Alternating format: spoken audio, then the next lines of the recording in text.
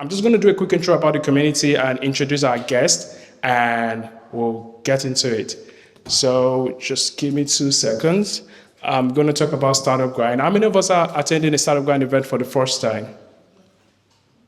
Okay, good. So Startup Grind is a global community of entrepreneurs. So we host events every month to bring founders together. So this is one of those events. So it's a global community in about 100 plus cities and across the world. So if you're going on vacation, looking to meet community, looking to meet founders or people building amazing things like you, just put it online and find a local startup grind community in your area. So we host flagship events as well. So I'm going to talk about that really quickly. And so this is something we talk about every time. It's about our community values. So if you're attending an event for the first time, just think of this as an onboarding, literally we're onboarding you to the community. So this is our values. We help others before you ask for help. You give first before you collect. So if you're meeting someone and instead of talking about yourself, get to listen, get to learn more about them, learn how you can help them or you can support them. So that's our ethos and that's our values. And we hope our event also get to inspire you. Also, we hope you also get to get educated, also to make friends. So we have this mantra, make friends and not leads, or make connections and not, you're not selling anybody, you're trying to make connections. So that's your onboarding. I'll give you a certificate after the event. So this is what our team looks like. Today, we only got 2 members of our team. We've got Eleanor out there, and there's me, but this is the rest of the team that make events like this possible. And if you want to get to know more about what we do, you want to be notified about our next event, you can find us on Facebook, Twitter, Instagram, and LinkedIn. We're very heavy on LinkedIn, so look for Startup Grind London on LinkedIn. And you can also join our newsletter by going to startupgrind.com/London. If you attend any of our events, if you register for any of our events, you automatically got added to our newsletter. And this is what the agenda looks like today. Very brief and punchy. Going to the next slide. We also have sponsors that make our event possible. These are people that believe in what we're doing and they want to also help us reach more people. And we also have partners, and some of our partners are Supreme Factory, Runway East, and our friends at Meetup Video recording our sessions. So I'm just going to talk real quick to some of the events that's coming up. This is one of the events that we're having in Redwood, California. So it's one of the flagship conferences organized by Startup Grind. So if you're interested in attending this event, it's brings about 5,000 entrepreneurs together in one roof. So imagine all of Startup Grind's chapters across different regions, right? They all fly to San Francisco to host a conference. So this is what it's all about. So it's a very immersive experience. It's happening on the 20th to 30th of April. I've got some free tickets, right? I announced that at the last event, right? I said I had 3 tickets. Now I have 1 ticket. So it's a complimentary ticket. So if you're interested in attending, let me know. It's not a flight ticket. It's a conference ticket.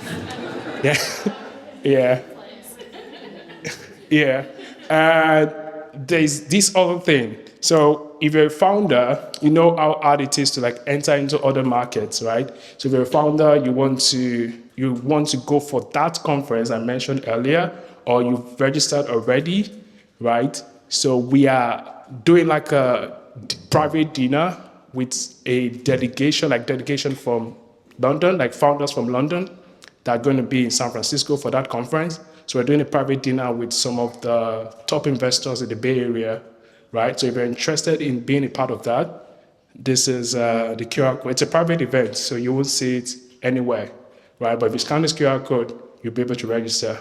But that's if you're going to San Francisco anyways. Thank you. And there's also this accelerator program going on. And by one of our partners, I also happen to work with that partner, right? Just a disclaimer. So it's happening in Nairobi, Lagos, Accra, Morocco, London, Boston. So it's like a pitch competition happening across several regions, right? And yeah, the winner takes $100,000, and it's equity free. So if you're building AI, any AI use case is for AI companies. If you're building an AI use case, or you have a friend in that space, so you can also share that with them. I'm almost done, so we're going to the interesting part. Thank you. And yeah, anyone from our academy in the house today? Yes, please, let's give them a shout, please, as she comes to talk about our academy. Thank you. Okay, thank you. Hi. My colleague who helps to organise these told me that the last thing people at these events want to hear is lawyers talking, so I promise that I'm going to be very brief. So for those of you that don't know us, and it's great to see some familiar faces in the audience, the Howard Kennedy Ignite programme is a dedicated programme for startups. We offer discounted legal fees, but also we offer support to help you scale your business. So access to our investor network, help with securing board members, NEDs, to help develop your network, use of our offices for investor meetings. We have delightful views over the river and good coffee, and although not quite as nice as the wine that's on offer tonight. And also PR support. So we really love working with startups, and we're really inspired by the founders that we help. So please do get in touch, or I'm going to be around after the presentations this evening. So if you'd like to have a chat, oh God, is that my beep? And am I done? It's like the Oscars. I'm being, okay. So I'll speed up. So I'm Alex. I'm an employment lawyer. So I help founders when they're scaling up their teams, when they're hiring board members. But we offer all the services that founders need, from shareholder agreements to financing to intellectual property. So please do come and have a chat. I promise I won't outstay my welcome any further. But it would be great to meet some of you a bit later on. Thank you. Yeah, thank you. Thank you, Alex. Just to chime in on that, so they've got like office space as well. So that's one of the catch of a number of like founders in our community. So you also get to like use their office space for like meetings and events and all of that. So yeah, and they've been like one of the longest supporters of Startup Grind here in London. So they've supported us and along the way, so able to like support the journey. So I recommend 5-star. Yeah, check them out. And is anyone from Carter in the house today? Okay, so I'm just going to talk about Carter real quick. So many of us know Carter. They do, there's a cap table management platform, but they've got other incredible service.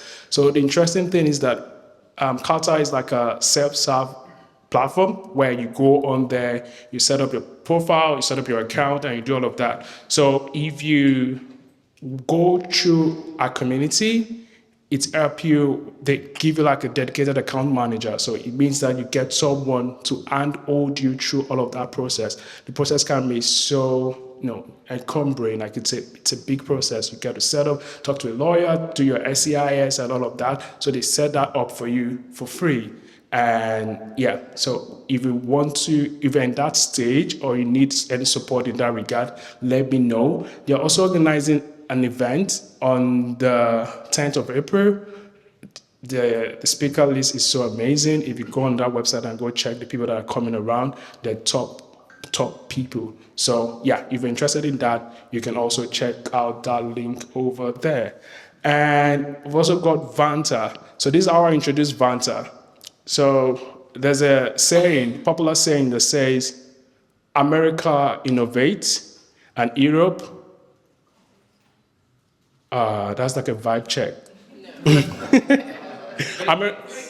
Thank you. Yeah, America innovates, Europe regulates. So if you're building a company in Europe, there's a ton of regulation you have to go through, like a lot of regulation. Now, if you want to scale from, say, London, you want to get more customers in France, or you want to go to Italy, you have to like face new regulation as you scale. So Vanta helps to navigate all of that. So you don't have to, they can be your partner where as you're entering new market, even in this current market, right, you get to see all of the things you need to like get set up regulation-wise. And it's interesting that we're hosting an event with them next month. It's going to be a great event. There's if you're able to wait to the end of the event, there's a free ticket for attendees of this event for that. And yeah, so I'm going to invite Ed. The boring part is over. Thank you. So I'm going to invite Eleanor up on stage to introduce our guest for today. So let's give her a round of applause, please.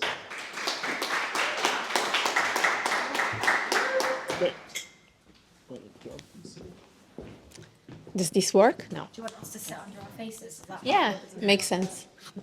Hello, everyone. Can you hear me okay? Yes. Wonderful, wonderful. So great to be here today. My name is Eleanor, and I'm part of the leadership team for Startup Grind community in London.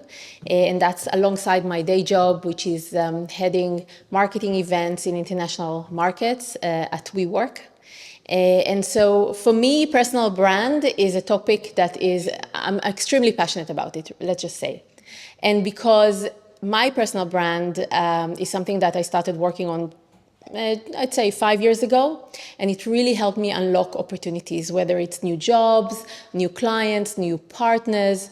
So I'm very, very keen and excited to kind of share some of the things with you today.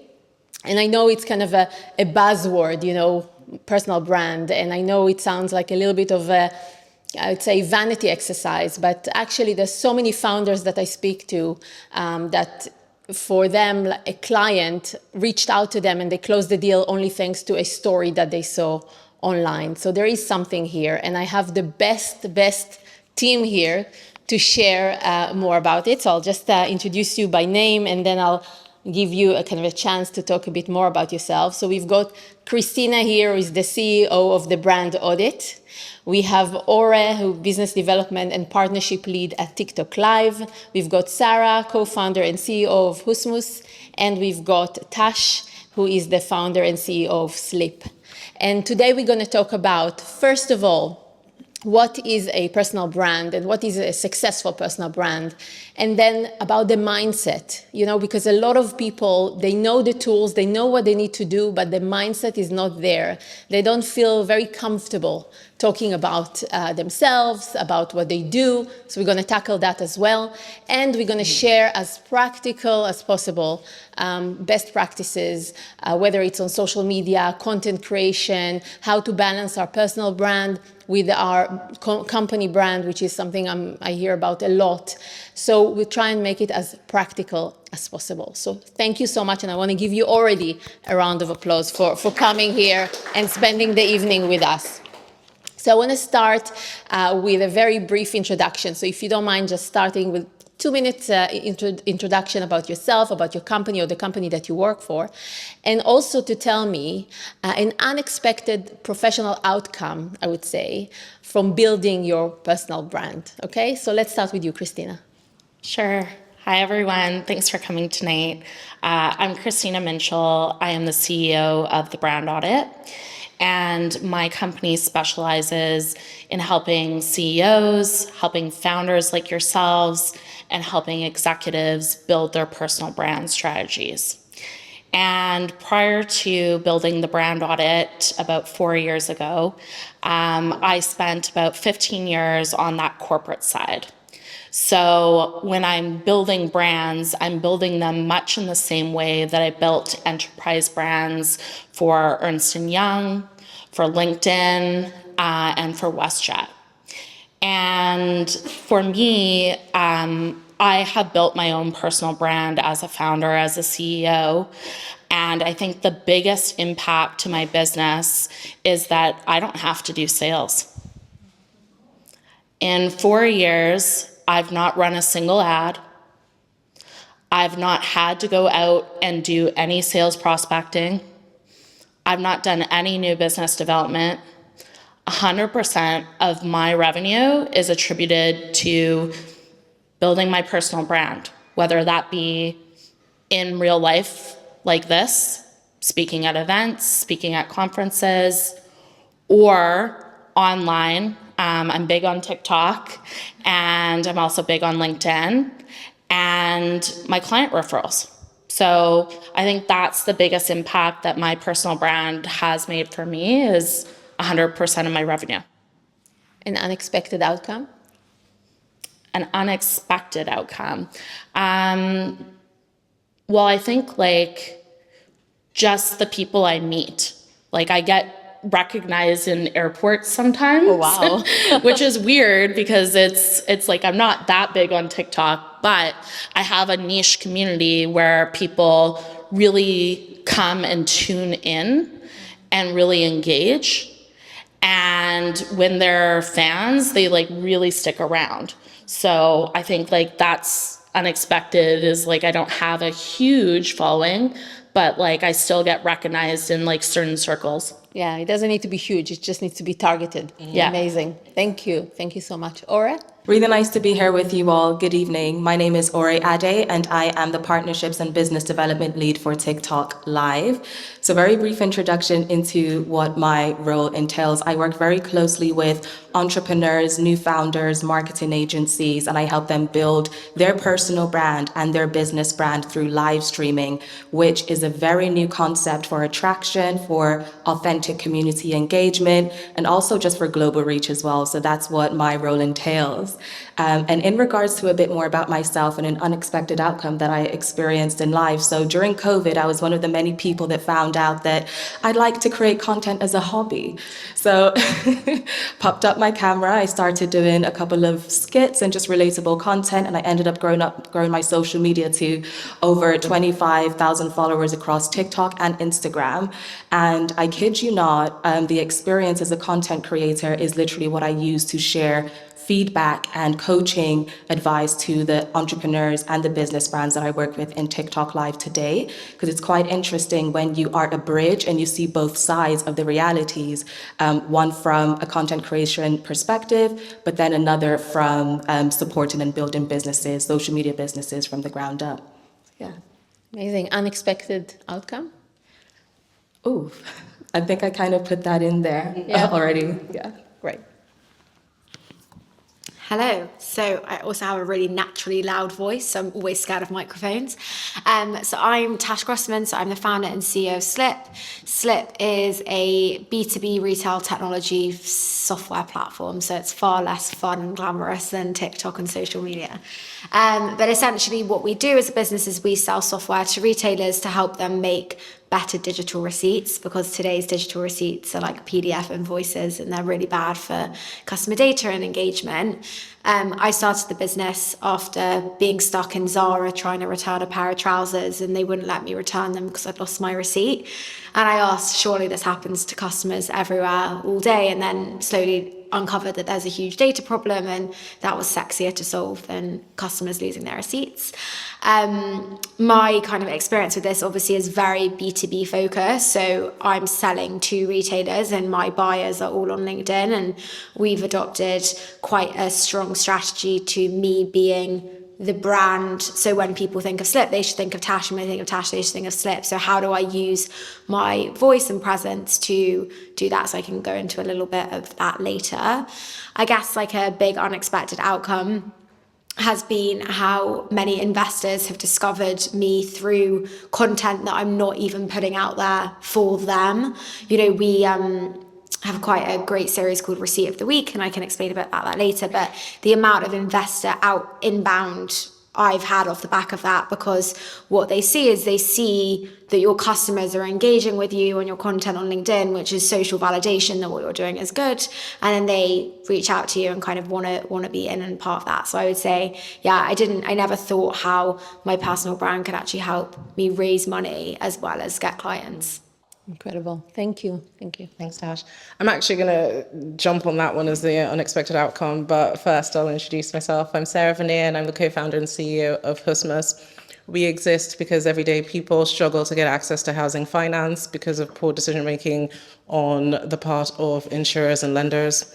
So what we've created is an embeddable AI agent that allows us to look at people's individual financial health using more inclusive methods to make sure that everybody can get the finance that they need in order to keep a roof over their heads.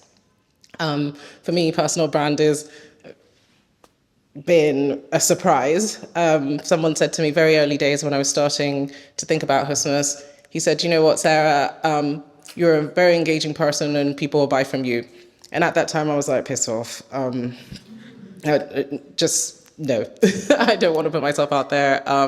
I'm, believe it or not, borderline introvert extrovert. So I'm like, I'd rather just sit in my house and do my stuff. But actually it's been a huge surprise that, yeah, actually that guy was right. My strength is my voice and my presence, and therefore it's brought me, surprisingly, like you said, investors, customers, and a lot of them has just been like, oh yeah, someone met you and said to me, I have to meet you and talk to you about this, and this is literally how I've managed to grow my business. So Incredible. And if you didn't know, husmus is a house mouse in Swedish, right? that's correct. You learned something new already. So just really to your point, I read the other day a research that said that more than 60, if not 70% of people tend to buy from companies and brands where they feel like they know the founder or they know the employees who work in that company. So there is that element of trust. And so I want to start with you, Christina. When we talk about personal brand, because you've obviously built your own, but you're also helping others build their own. So what do we really mean by personal brand? It's such a big word. Can you share a little bit and break it down for us, please? Yeah, I think there's a lot of definitions out there. But the way I explain it to my clients is it's essentially just your reputation, kind of with a microphone, right? And it's both your reputation in online spaces as well as offline spaces. And it's a reputation that you don't control, right? You're not in control of your personal brand. Your audience is in control of your personal brand. So when I'm talking to founders, I'm saying, okay, put down the megaphone. Put down your broadcasting about your business. No one cares. No one cares about your products. No one cares about your successes. What people actually care about is their problems, right?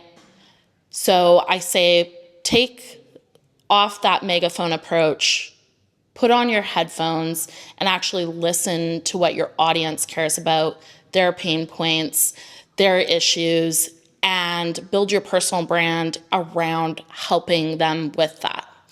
And if any of you are marketers in the room, you know that to be true with enterprise brands, right? The minute an enterprise brand steps out there and is on social and they're talking all about themselves instead of talking about their audience, they've lost people. So it's the same thing with personal branding. And the stat that Eleanor is referring to is 77% of individuals are more likely to buy from a company if their CEO and founder is present. And 74% of tech investors, so VCs, if you're getting funding, actually see they see a founder not investing in their personal brand or on social as a red flag. So those two stats really hit home why it's really important for CEOs and founders to be present on social. It's no longer a nice to have, it's a must have. You can't be behind the scenes as a founder anymore. You are the face of your brand and people buy from people. Amazing, thank you. And if we try and make it more kind of practical, I'd love to hear from you, Sarah, if I take you back to the early days. When you, maybe, I don't know if it was a conscious decision to start, being out there and kind of turning up the volume, what would you say the 3 steps you took to build a personal brand for yourself? So for me, it was more unconscious. I didn't actually realize that was what I was doing. but I knew that I had to speak about my company to people. I knew that I had to engage with people, and I'm quite fortunate that it was a personal passion that brought me into this anyway.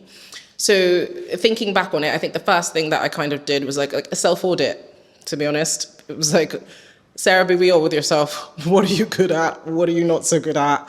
Have that conversation and work out, are you better on voice? Are you better in video? Are you better with the written word? Is that, what kind of channels do you prefer or work well with your strengths? And then just research the competition. So what are people in your space doing? Where are your customers? What are they listening to and engaging with? And is that anything that you can add to? So that's point number 2. And then number 3, which was another one that I had to have a real talk with myself, is like, how much time can I give to this? Like, I'm like, okay, I'm not the kind of person, like, I mean, obviously, especially if it's not your day-to-day job to be like on social media, then as a CEO, you have so many other responsibilities. How much time can I carve out for this? How much time should I carve out for this? Can I afford not to carve out some time for this? And don't be apologetic about it. Like, this is, okay, I spend a day a week doing this, and the output is self-explanatory. So yeah, those are the 3 things, I think. Amazing, thank you. And when we look at kind of company brand and your personal brand, I'm very curious to hear from you, Tash. How do you balance the two? And the other day I had a founder asking me, should I post from my personal profile on LinkedIn? Should I post from my company? So how do you balance the two? Yeah, so I think it's different if you're talking about direct to consumer and B2C businesses versus B2B businesses. So my advice is going to be about B2B businesses. I think when you're building the early stages of a company, you have to remember your customers are absolutely not buying your product. And that's horrible to admit because you think your product's amazing. But I once heard my customers talking, and one of them literally said, like, yeah, the product's okay, but we're buying into Tash, like we're buying into what we know that we're going to give her feedback and she's going to keep building and make it better and she's going to keep evolving. And I think when you've realised that and you realise that actually your brand is something that customers buy into and that has to be built on 2 main things for me, which is thought leadership and trust. They need to know that they can trust you and that you are a trustworthy person to give their business to and to give a part of their product to. But I think that thought leadership piece is really important, that being associated with you or in your network is going to benefit them in both thought and their network as well. So I came today directly from a tech leaders conference in my industry, and this guy's probably held roles at more retailers than we've ever all been into, like Serial Networker, came up to me and was like, I actually had a question, you know this person, can you connect me? And I'm looking at them thinking, I am like a nobody. Like, how can I get to this person faster than you? But that just happens when you just spend so long trying to build the authority in the space. So for us, when we think about content, there's different content that's surfaced on my page versus our company page.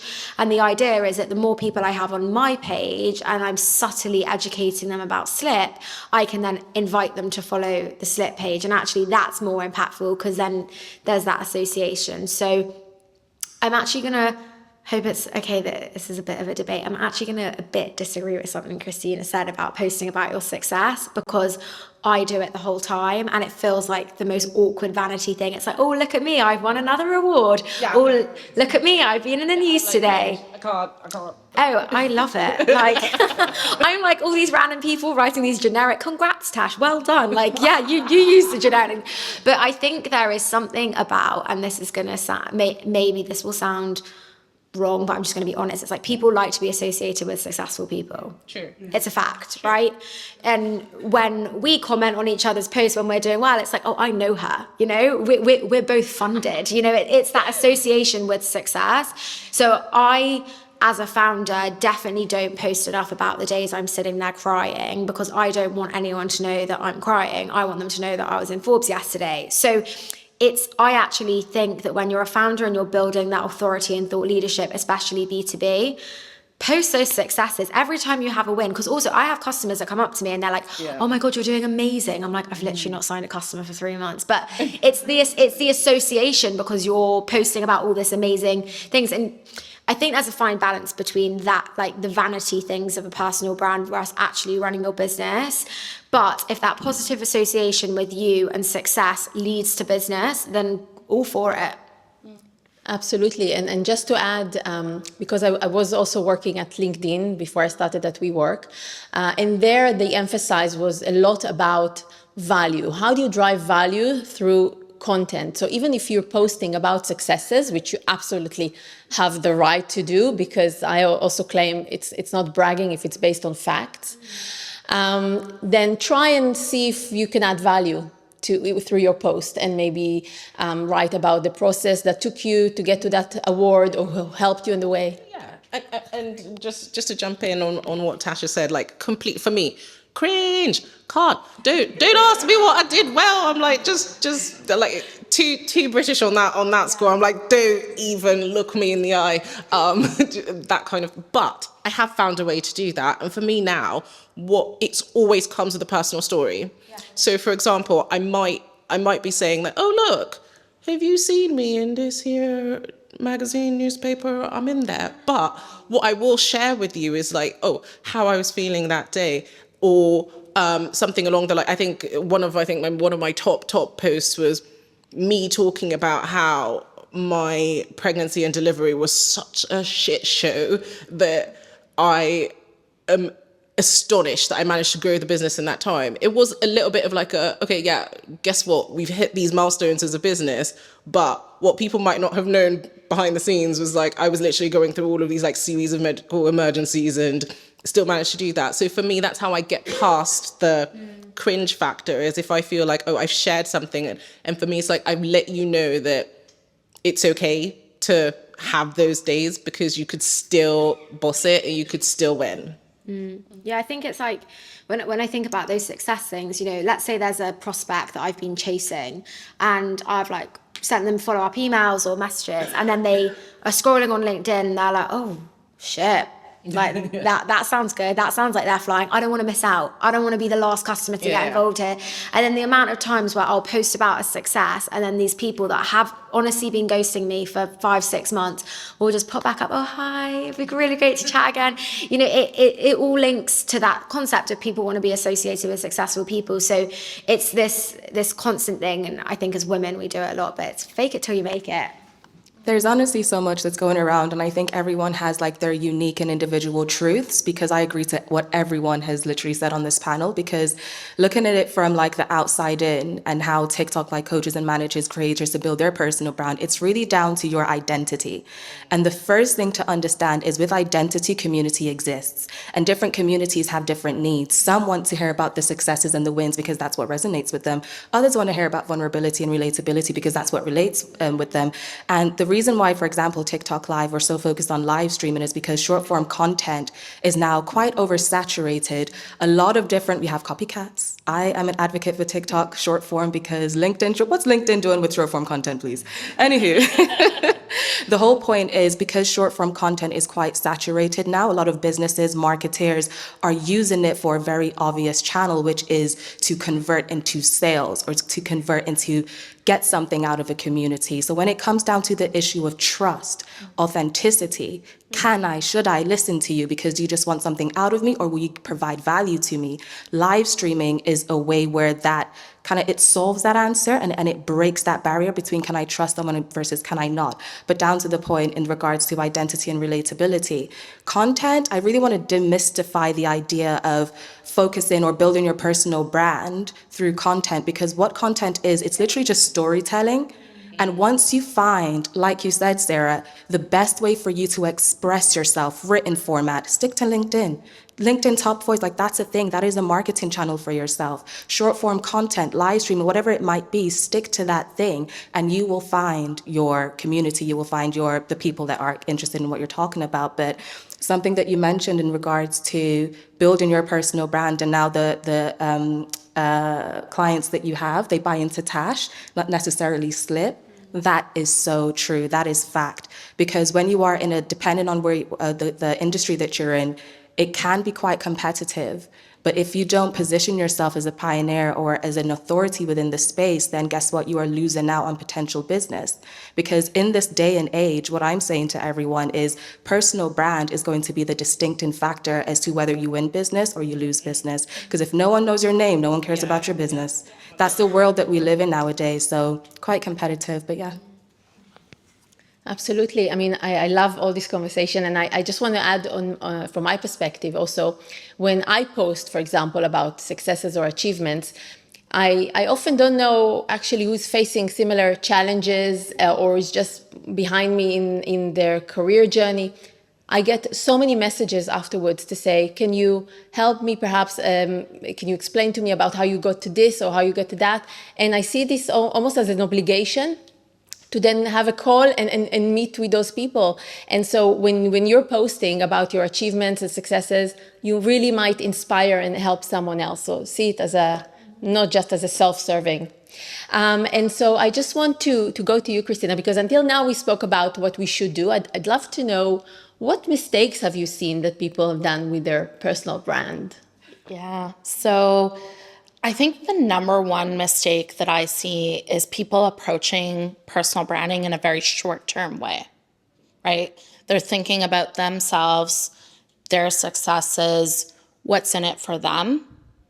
And if we think in a more macro way, in that long-term way, in a more relational way on personal branding, that's where we're going to build sustainable brands. Otherwise, we're building transactional brands. And for me, working with clients, we're very cognizant of the conversations and the dialogues that we're starting with our customers and making sure that we're always putting them at the center, right?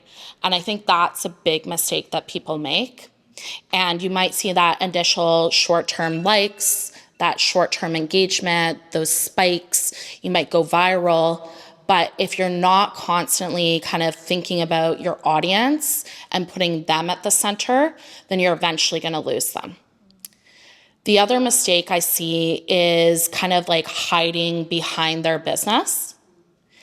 So founders will talk a lot about their products, they'll talk a lot about their launches, they'll talk about their successes, but they're not talking about kind of that vulnerable aspect of being a founder or being a CEO and the struggles that kind of take that person to get there. So when Sarah was talking about how she shared that is content that people do resonate with. They do want to see the human behind that CEO, behind that founder. And then I think a lot of people also, they focus on the wrong metrics when they're developing their personal brand.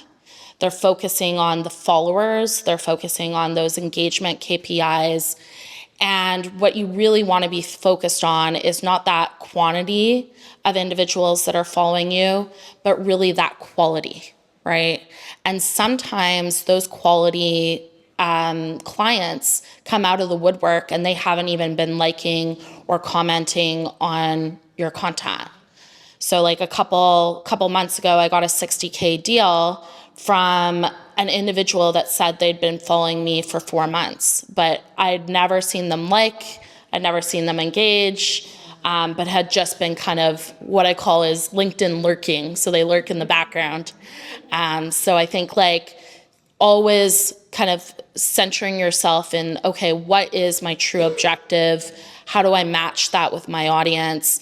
And how do I focus on that long-term brand building to build a sustainable brand rather than a transactional brand? Absolutely. And just double down on the social media side. I'm just really curious because TikTok and LinkedIn now is not just nice to have, right? It's really a growth engine and depends on the audience that you're trying to attract. Each one, I mean, choose the right one. But because we have Aura here, I'm really curious about TikTok and what strategies specifically you've seen that work for perhaps founders who are at the beginning of their journey, or even, employees of companies who are at the beginning of their journey? Just really curious to hear. No, yeah, really good question. So honestly, it varies. And the reason why it varies is because what business are you trying to build and what is the marketing funnel that you want to engage in. So I have a couple of founder friends that leverage TikTok for the sake of building their clientele, whether that's B2B or B2C. And their strategies are very different. So one of my founder friends runs a graduate recruitment company, and he uses short form content to build up his B2C community, because that is his leverage that he then used for the B2B sales as well. And recently I was scrolling on TikTok and I saw him live stream, and I'm thinking, Steve, what are you doing on live, brother? What are you doing on live? But what he was doing, he was engaged in his B2C community. So sometimes using social media might not necessarily be for B2B clients. It will be to engage the community that you use as a leverage, because community is a model in itself, a business model in itself. But something else that we are seeing a lot of founders do. How many of you here know about Plant-Made, Amma, the founder? Okay, quite a few. So Amma Plant-Made, she's a founder who runs a hair care company, and she blew up during COVID. And what she's recently done is she's leveraged TikTok to be vulnerable about her founder journey, using short form content, but also live streaming content. And I call this age that we're in the golden age, because in the age of AI and access to information and access to things like social media, a lot of Gen Zers and millennials are quite interested in becoming founders and entrepreneurs. And something that they're looking for is that relatability factor in regards to, so what is it really like? And if you are a founder who is you're willing to share a vulnerable journey as to what it's like building a business, live stream and share it. And a lot of founders are seeing success in doing that. Obviously, keeping some information to yourself, depending on how much you're willing to share. But what this does is it builds, again, that authentic community. It builds up a personal brand for yourself, because what you are doing in that moment is you are engaging in the spirit or in the mindset of trust. And if you can build trust with the community, you have no idea where that could take you as a founder, essentially. So live streaming and short form, but again, depending on what it is that your business is selling. Great, thank you.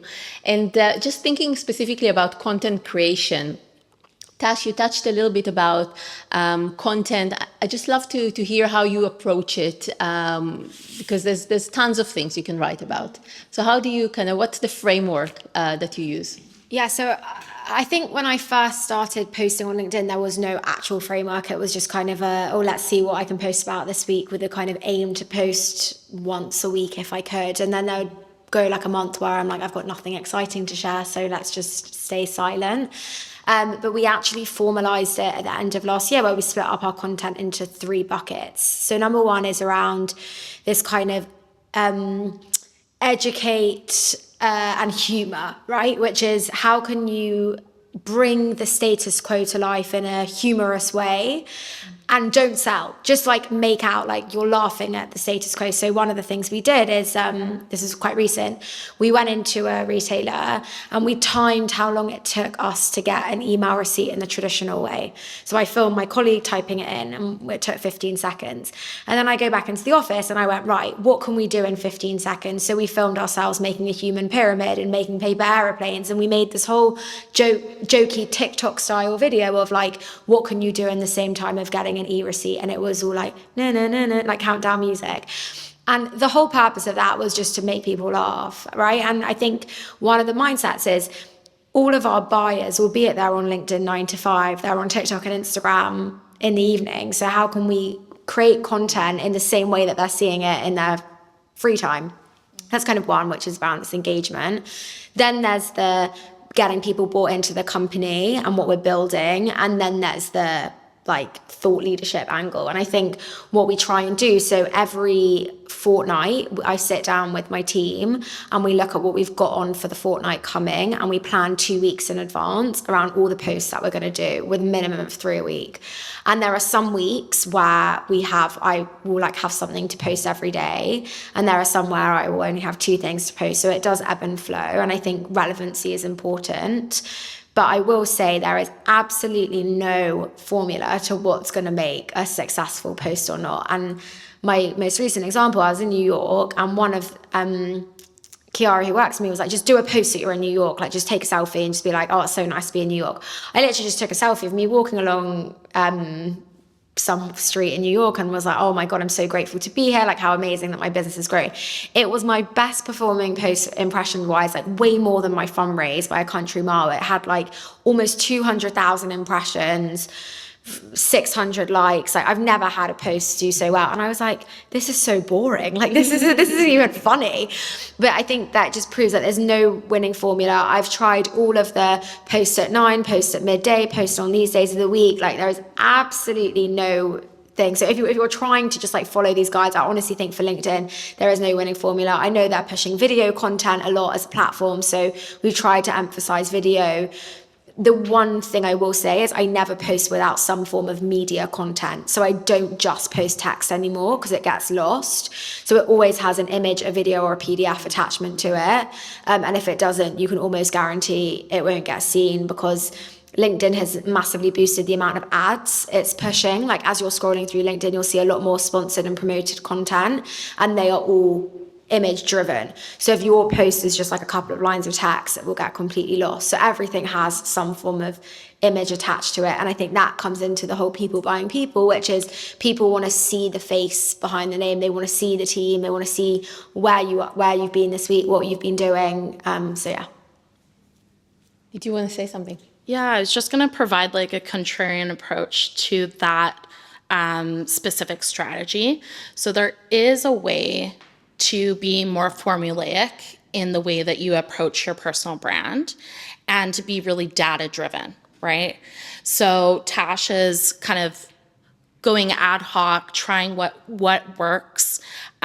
If you're a founder and you're wanting to be like really precise and data driven about what social content you're putting out there, then a social management tool is like your best friend.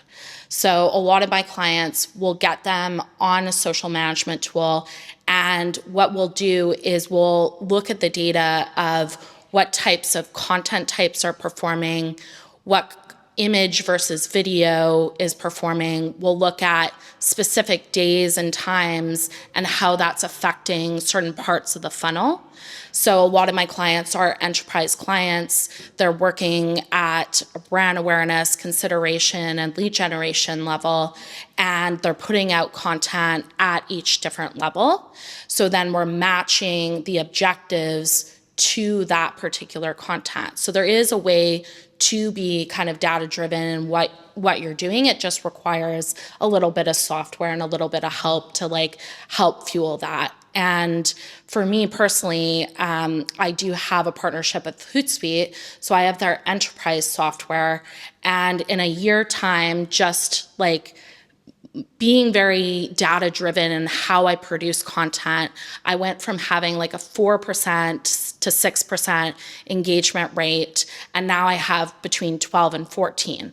So it does, like, you can do that ad hoc content approach, and I really encourage clients to try new things and experiment and see what's working. But it's also valuable to approach it from a scientific and data-driven perspective where you're running A/B testing to actually see what the algorithm is going to pick up on. Can I just very quickly add to that? If anyone here like overthinks or gets anxious about posting on social media, I heard something funny quite recently. It was set and forget. So kind of following on to what you're talking about, do it on a day that you know you're feeling confident, you're feeling high or whatever, and to get your content, put it into an automator, forget about it, and it'll just do the job for you. It'll do the job. You might need someone to engage in the comments though. But No, like I actually do a hybrid approach because, hi, I'm Sarah, I'm a control freak. I love data. So I'm just like, okay, I need a system. I need to work it all out. And I schedule my things, and then randomly, to your point, Tash, it'll be the thing that I ad hoc picked up that day because I saw something in the news and it really made me annoyed. And so I just picked up my phone and I was like, and then that's the thing. And I was like, I scheduled all this stuff for like a month, crickets. And then the random rant I did, the random post I did about that is then what people would pick up. So yeah, it's I like a little bit of a hybrid, but I'm with you on sometimes it's just like, okay, what do I post? I think for me, it just comes down to like the purpose, right? If your personal brand is your business, then I completely agree. Like, put all the time in the world to it. But I have like 1 million other things to do. So this is my personal brand is complementary to my business. I'd like to think my business would still exist. It may just not be as good without me doing it. So for me, it's very much a plan every 2 weeks. I'll spend an hour writing as much content in advance as possible, schedule it. But I might update those things as I'm going through the week, or like. But for me, it's complementary.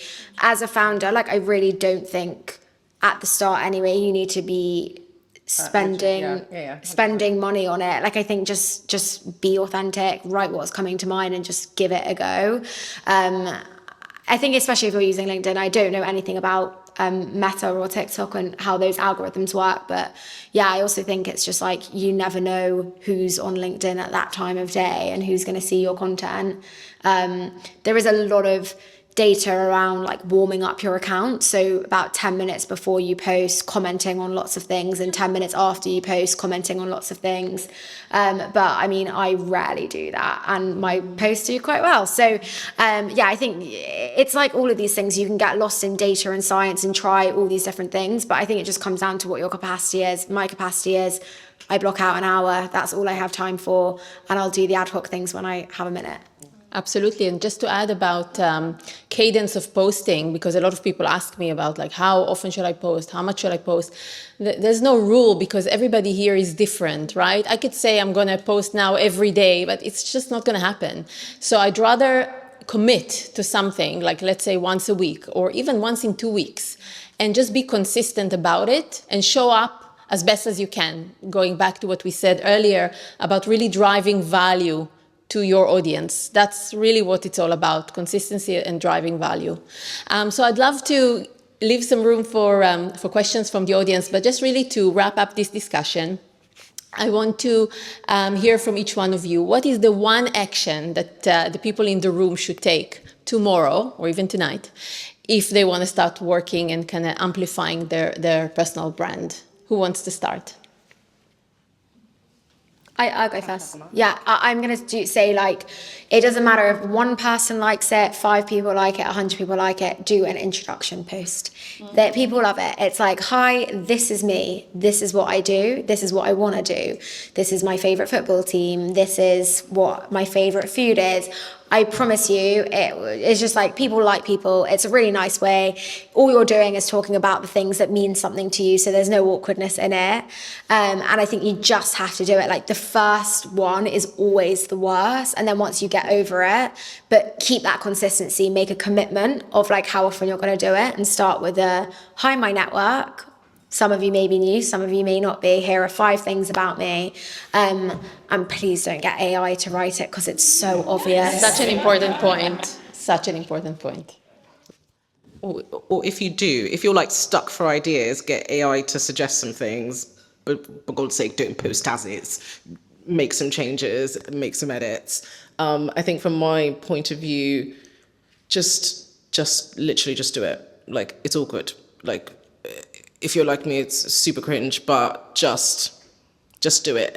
And think of something that you're seriously passionate about, that you could talk about all the time. And no matter how silly you think that thing is, there's somebody in the world. It's the beauty of the human race, is that there's somebody else in the world that cares about that other thing just as much as you do. So yeah, just find your topic and just...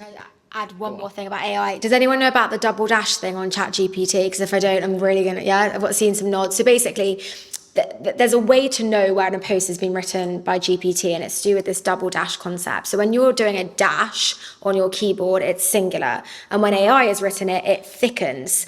So you can easily see, and I've seen like some of the best brands in the world. They obviously, no one's told them.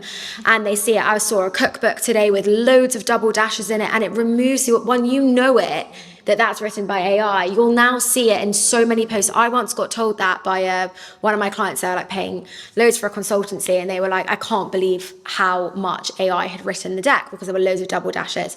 So now I've told you, you won't unsee it. But if you are going to get AI to improve what you wrote, so like, there is a very possible thing that you can say to AI, I want to write a post about this. This is my tone of voice. This is it. Can you tidy it up for me? Fine. make sure you remove the double dashes, because if someone knows, you're now, like anyone who didn't know about this is now not going to be able to unsee it, but it is everywhere. Like the best brands in the world are using it and it's so embarrassing. Yeah, the AI punctuation is not the best. My advice would be to learn the platforms that you're operating within. So it's not just about the content that you're producing, but it's also about the context that you're operating within. And learn directly from the vendors. Like, no one knows TikTok like people that work at TikTok. No one knows LinkedIn like people that have worked at LinkedIn. Like, Eleanor can probably attest, like we used to do like 25 hours of training on the platform every single month.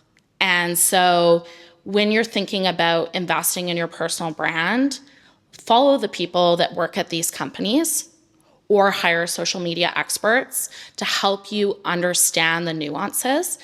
Otherwise, you're just going to end up kind of blaming the algorithm. You're going to say, well, wow, like LinkedIn is suppressing views and LinkedIn is doing this or TikTok is doing this.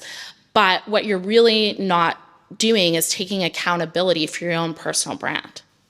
And you're not taking accountability to like learn those platforms and understand the nuances. And yeah, they're always changing.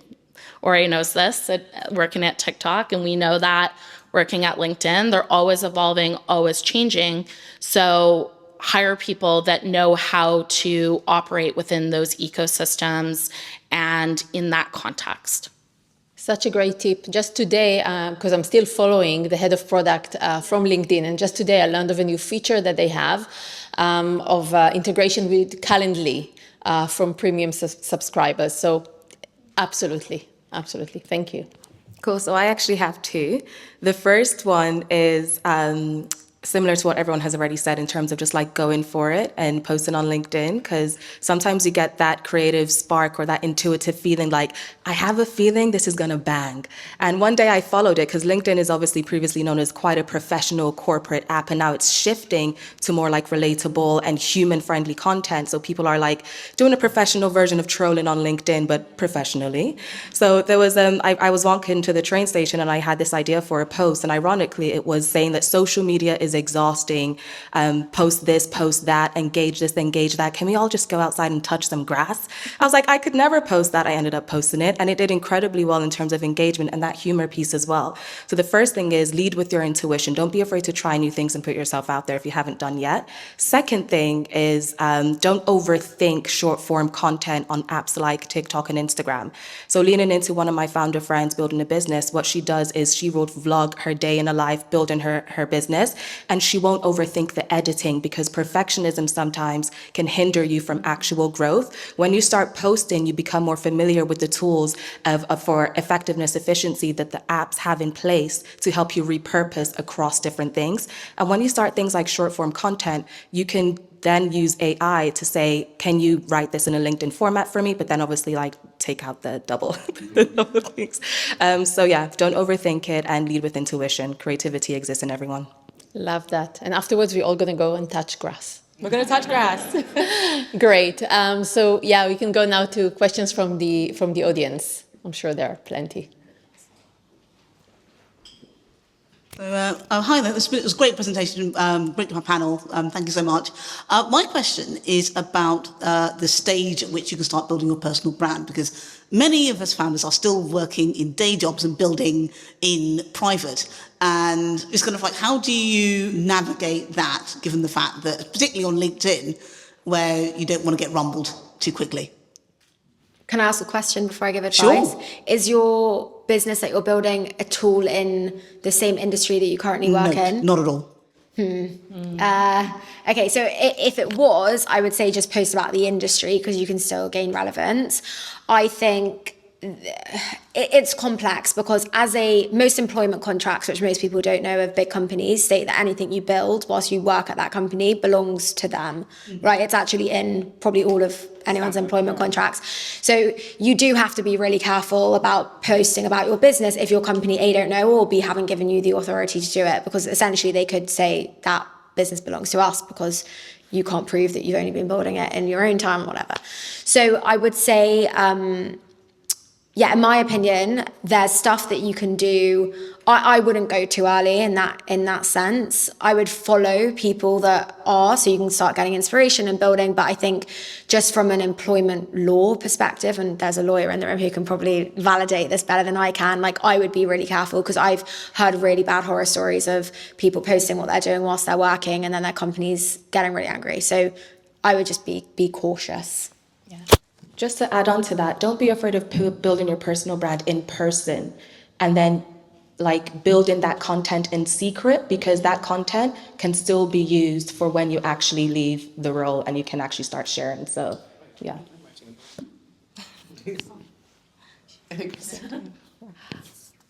So this is like a common question that I get from my clients, because a lot of them are multiple founders. So they've founded a couple companies and then they're like on their third and they're like, we're building it in stealth mode, right?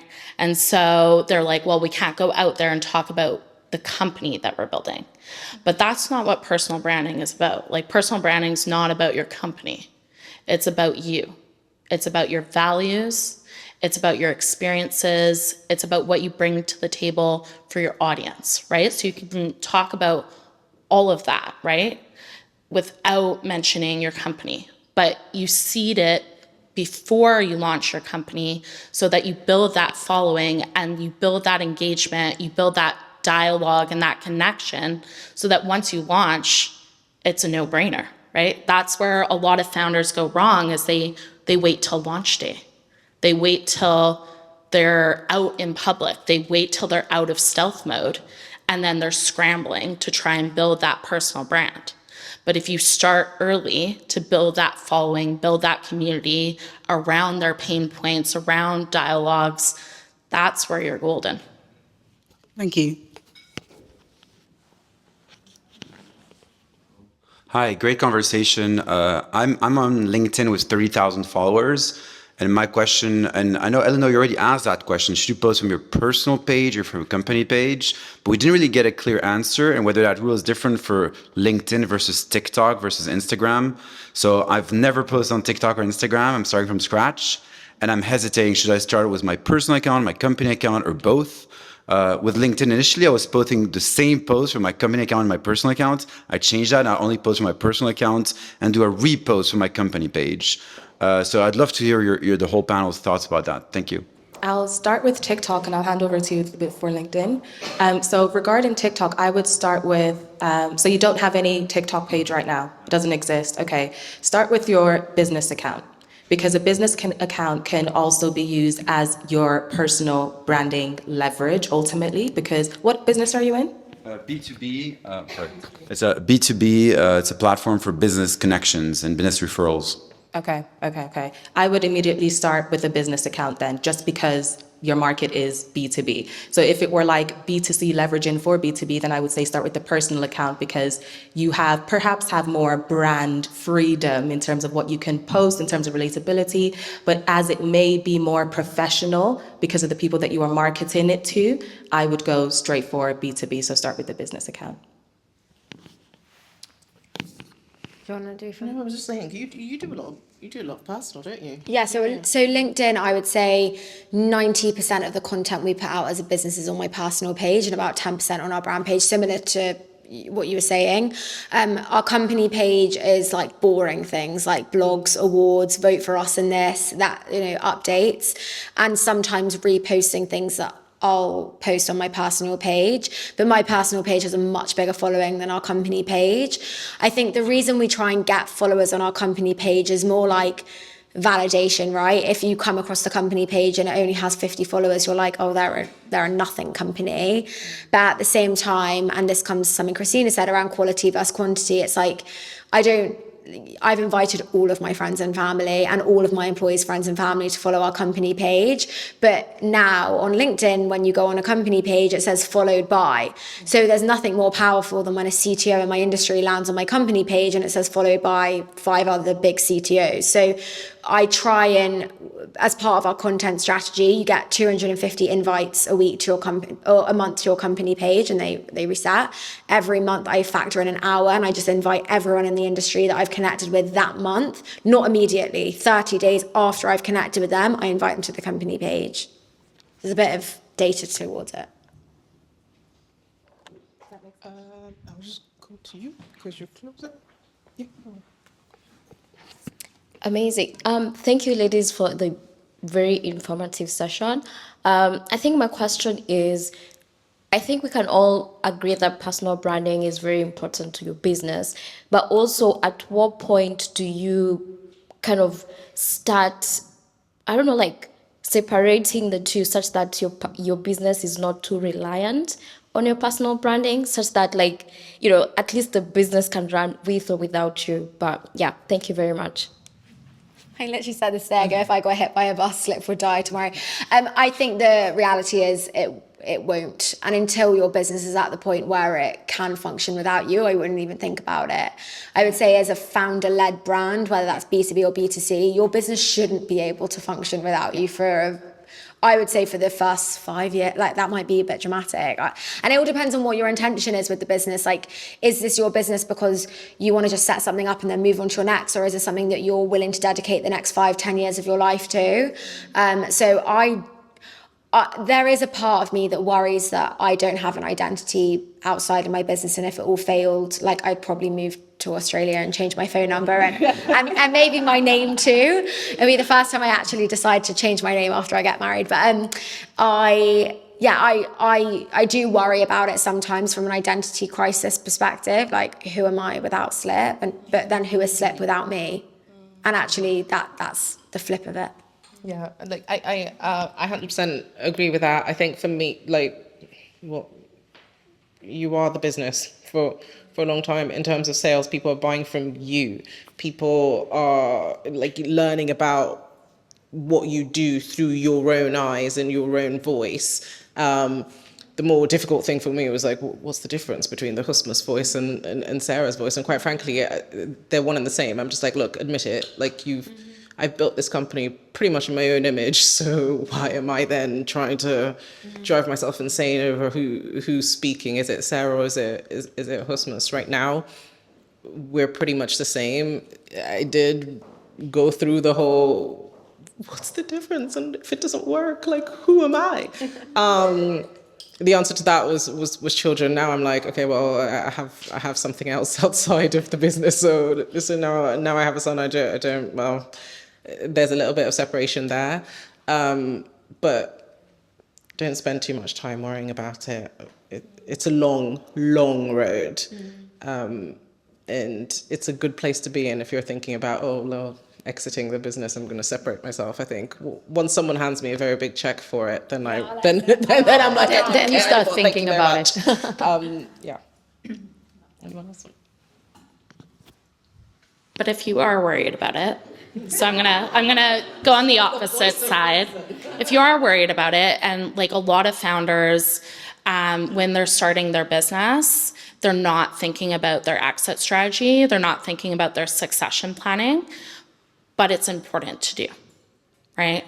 You can't put all of your eggs in one basket. So like when you're building your personal brand at whatever company you're building, I would bring people along for that journey, right? So think about who else internally that has a voice, has a perspective, can help build that company rather than it just being hinged on one individual. And this is really common for me working with like corporate enterprises. So I'm rarely building a personal brand just for the CEO. I'm also helping their CMO, their CHRO, their CFO, all the heads of the departments together, because like you say, well, what if the CEO drops out? And then you've built this entire personal brand strategy on this individual. And then your like engagement metrics suffer. So think about when you're building your personal brand, who else could be building their personal brand with you? and bring them along in that journey. Just have something quickly to say. So this may not fit into the business that you're in or considering, but something that came to mind is on TikTok, there's this page, there's this guy who stops people on the street and says, so what do you do for a living? Oh, Khan. Khan. I love Khan. Thank you. Yeah. So what is that brand? That brand is he shares other people's stories. So he's usually behind the scenes, and this is a strategy that can work depending, again, on the market that you're in. But I feel like if you lean into sharing other people's stories or be in the voice or the platform where they can share their stories, then that kind of takes, you can take a tad bit of a backseat because you're known as that amplifier. Love that. All right, hi guys. Thank you so much for your presentation. I think my question might be more directed towards Christina, and it's around, you mentioned a lot about metrics and how you can track engagement and build on that. So my question is around what social media tools you would recommend. I think you mentioned Hootsuite, but for more people who just post individually, what tools would you advise? And do you separate it based on like short written content, articles? How do you build strategy around that? And does that also apply to video as well? Yeah, so there's a bunch of different social management tools out there. I am a Hootsuite partner, so that's why I like promote Hootsuite.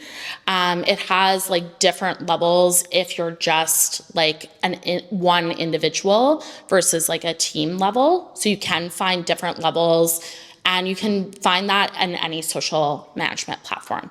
So I would recommend getting that if you are putting out a certain volume of content. If you're not putting out like a certain volume of content, then there's native schedulers in LinkedIn's platform that you can use, right?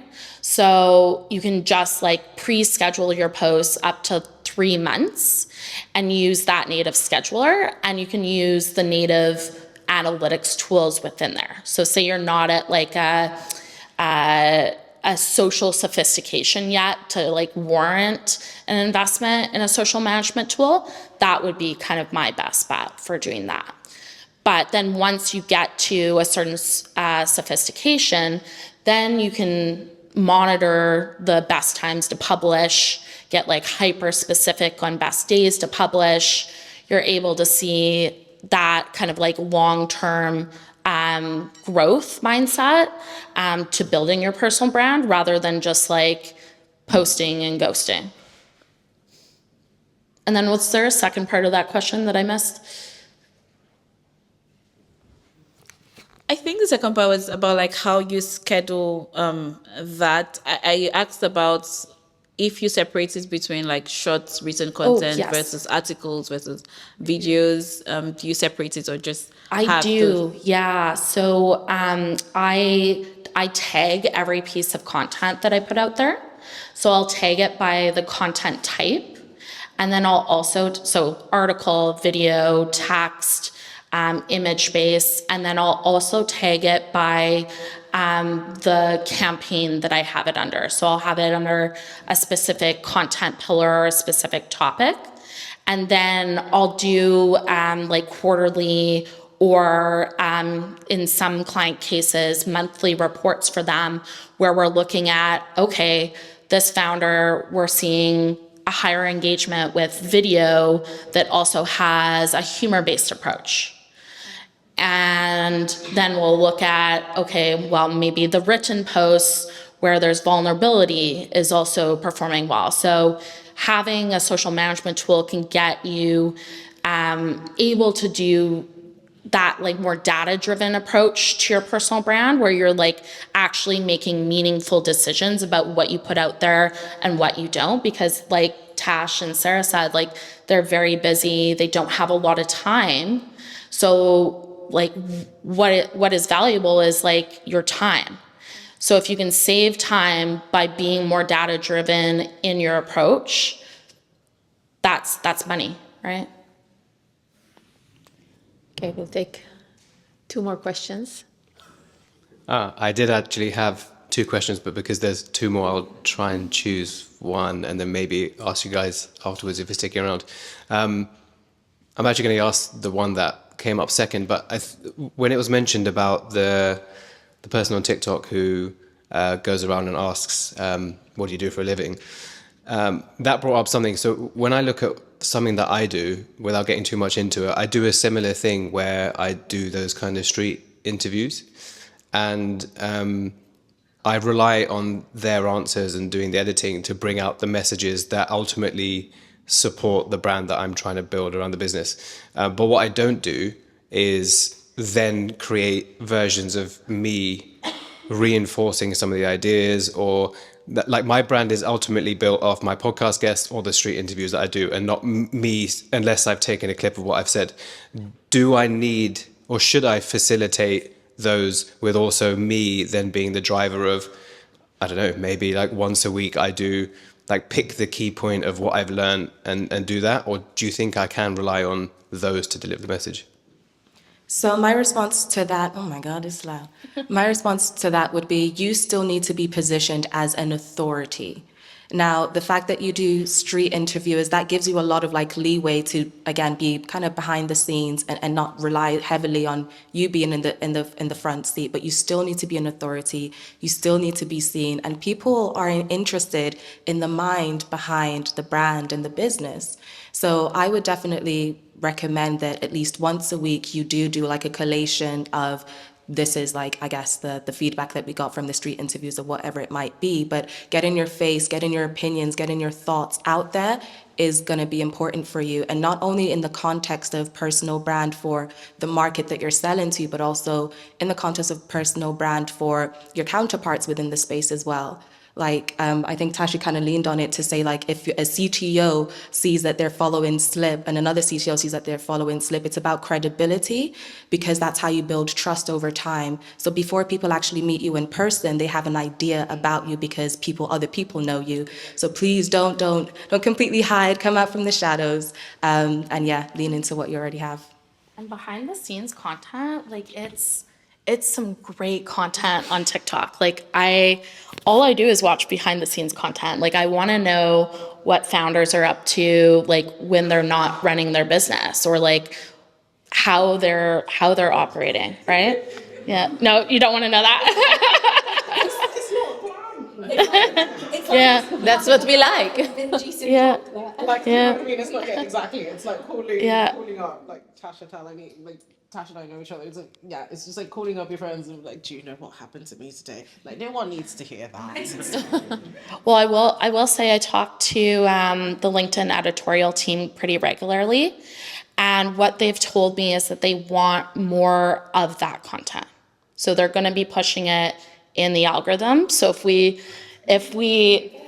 like I was saying before, if we lean into what the algorithms are wanting us to do, and we lean into the platform nuances, we can succeed, right? But if we're going against it and we're saying, like, okay, no, that's not for me, then our views might get a little suppressed. But if we're leaning into our audience, we're leaning into the platforms, that's where we're going to be successful. And like, I do day in the life stuff all the time on TikTok, all the time. And it is some of my best performing content. And it doesn't have to be super, super behind the scenes. Like, I'm not sharing a ton of like personal information, but I'm sharing, okay, well, I'm brand new to London as a Canadian, how I'm building my network here, how I'm building community here, what events I'm going to, who I've talked to, interesting conversations, and that can be the behind the scenes. Like, it doesn't have to be super vulnerable, mom type information. Yeah. It just comes down to who your audience is, right? If you're trying to get to the everyday, if you're trying to get to the everyday consumer, then I completely agree and I completely get that. But like, for me, I'm like, if I don't care unless you're in a nice way possible, like, it's amazing that when I'm like scrolling through the likes on my posts, also like, feel free to follow me and like my post, like with pleasure.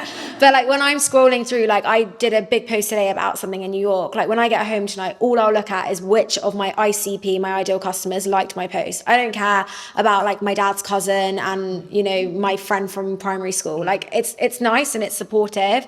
All I care about is the people in my audience liking that post to show that it had the impact. So all of this advice just completely depends on your audience. 100%. And we'll just like quickly say that, to be honest, sometimes I do all of my posts because I'm looking for one guy. Like I'm like, I need this person to sign a deal. So I'm just gonna post a whole month circling around the things that this particular person likes. So it could be 100 million impressions. I don't care. Did the person that I was trying to talk to, did they look at the message, and will they, as a result, respond to my email? That's I sometimes just tag them.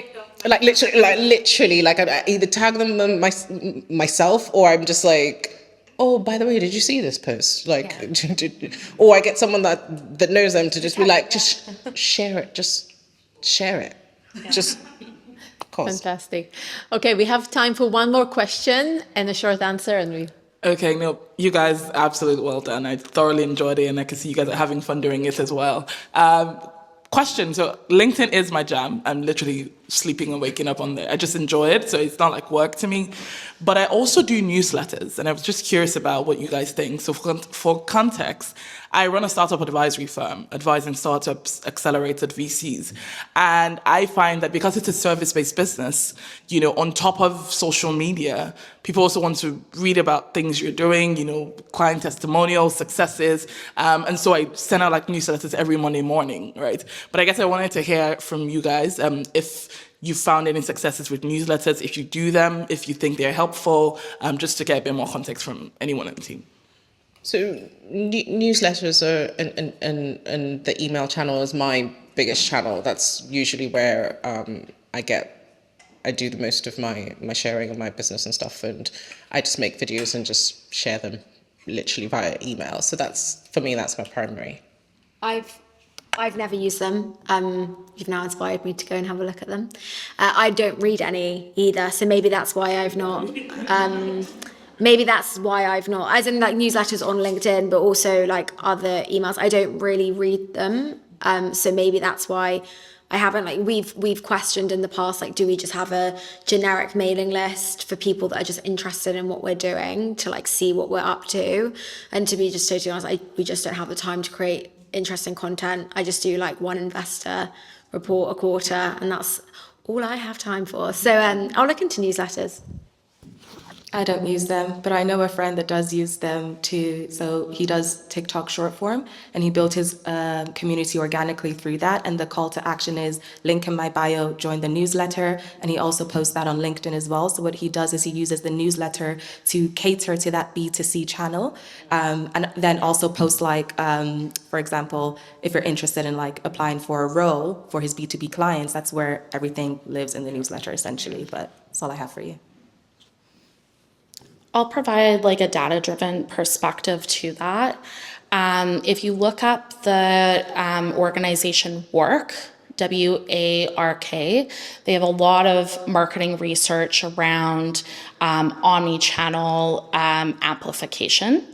And statistically, it is shown if you do have email in tandem with social media, you will have that multiplier effect. So, but like they were saying, if you don't have the time and resources, then you have to kind of bet big on specific channels.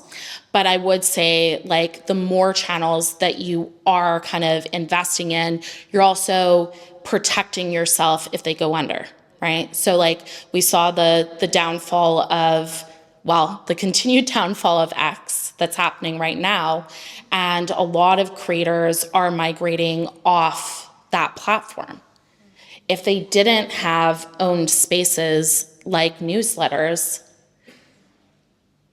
how would they get people to continue to follow them and engage with them? So although I'm like a big obviously run a social media agency. I'm big on social. I come from running 20-person marketing teams where I've seen the value of omni-channel marketing, right?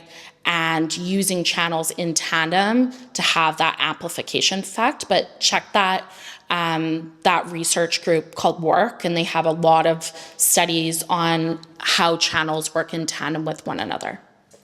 Amazing, amazing. Thank you so much. So many golden nuggets. I'm really happy that we recorded this because I'm going to watch it back and take some notes. So thank you, thank you, thank you. Big round of applause to Christina, Ore, Tash, Sarah. Thank you very much. And with that, we're going to go off to networking. Sam, do you want to say a few words? Yeah, thank you very much to our panelists. I learned a lot from this session. So I'm just going to go through some rounds of, there's a Q&A already. So I promise that if you stay to the end, there's a free code to attend our next event. And this is the time where I share it. So tada, drum rolls, please. Good. And yeah, so that's the QR code. If you scan that QR code, it takes you to our next event with a free ticket, and you don't get to pay to attend. Yeah, we're so kind, you know. Yeah, so the event is going to be about compliance for growth. So like I said, navigating regulations and all that. So not a very sexy topic, but it's good for people looking for it. And pretty much, I think that's it. So on to networking and drinks. Thank you, everyone, for coming around. Cheers.